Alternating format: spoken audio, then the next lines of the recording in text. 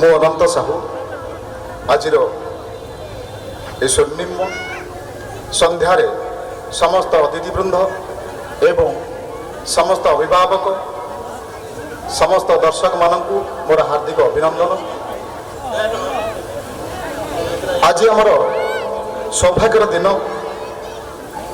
କିନ୍ତୁ ଦୁଃଖର ସହିତ କହିବାକୁ ପଡ଼ୁଛି ଆମର ମୁଖ୍ୟ ଅତିଥି ଭାବେ ମ୍ୟାଡ଼ାମ ସୁରୁମା ପାଢ଼ୀ ଅନୁପସ୍ଥିତ ଅଛନ୍ତି, ସେଥିପାଇଁ ଆମେ ସମସ୍ତେ ଦୁଃଖିତ।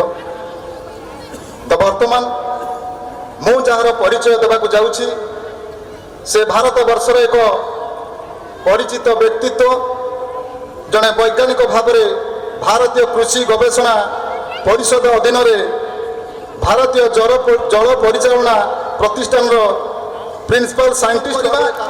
ସେ ଆଉ କେହି ନୁହନ୍ତି ଆଜିର ମୁଖ୍ୟ ବକ୍ତା ଡକ୍ଟର ପ୍ରମୋଦ କୁମାର ପଣ୍ଡା।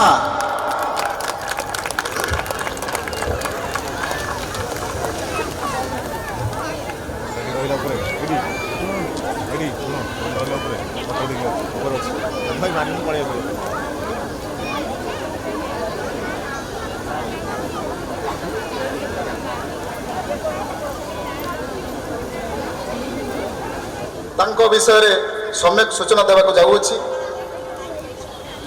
ଯୋଗ ହିଁ ସୁସ୍ଥ ଶରୀର ମୂଳ ତତ୍ତ୍ୱ, ଏହାକୁ ନିଜେ ବୁଝିବା ସହ ଲୋକଙ୍କ ପାଖରେ ପହଞ୍ଚାଇବା ପାଇଁ ସଂକଳ୍ପ ନେଇ ହାର୍ଟଫୁଲନେସ୍ ମେଡିଟେସନ ସଂଗଠନର ନୀତି ବକ୍ତା ଭାବରେ ଏକ ନିଆରା ପରିଚୟ ସୃଷ୍ଟି କରିଛନ୍ତି।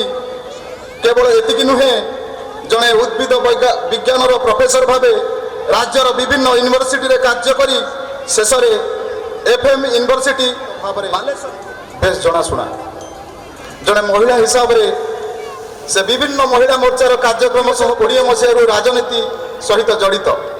ବର୍ତ୍ତମାନ ସେ ଶୀର୍ଷ ସମବାୟ ଅନୁଷ୍ଠାନ ଓଡ଼ିଶା ରାଜ୍ୟ ସମବାୟ ୟୁନିୟନ ଭୁବନେଶ୍ୱରରେ ସଭାପତି ଭାବରେ କାର୍ଯ୍ୟରତ। ଆଜି ଆମେ ତାଙ୍କୁ ଆମ ଗଣରେ ପାଇ ଗୌରବାନ୍ୱିତ ହେଉଛୁ।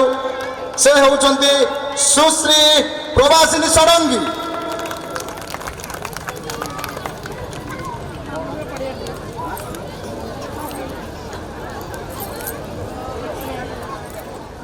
ଶ୍ରୀଯୁକ୍ତ ବ୍ରହ୍ମାନନ୍ଦ ପରିଡ଼ା, ସେଥିପାଇଁ ଆମେ ଦୁଃଖିତ। ଏବଂ ସମରେନ୍ଦ୍ର ପାଇକରାୟ, ସେ ମଧ୍ୟ ଆବସେଣ୍ଟ ଅଛନ୍ତି।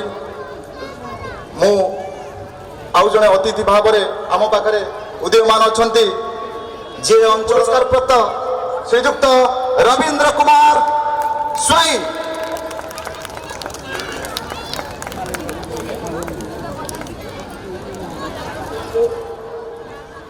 ଯୋଉଠି ଅଛନ୍ତି ମଞ୍ଚ ଉପରକୁ ଆସିବେ ଶ୍ରୀଯୁକ୍ତ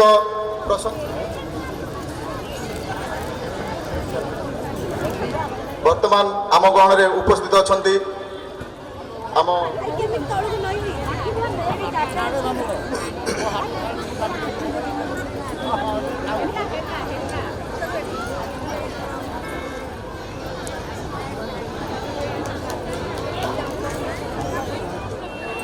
ଆମ ଅନୁଷ୍ଠାନର ପ୍ରିନ୍ସିପାଲ ମହୋଦୟା ଶ୍ରୀମତୀ ତପସ୍ୱିନୀ ପରିଡ଼ା, ସେ ଆମ ଗଣରେ ଉପସ୍ଥିତ ଅଛନ୍ତି।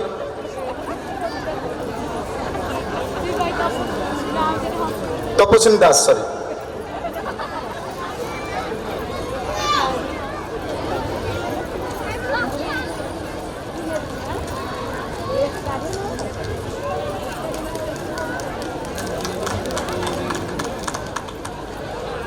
ମାନସୀ ଦାସକୁ ଆମନ୍ତ୍ରଣ କରୁଛି।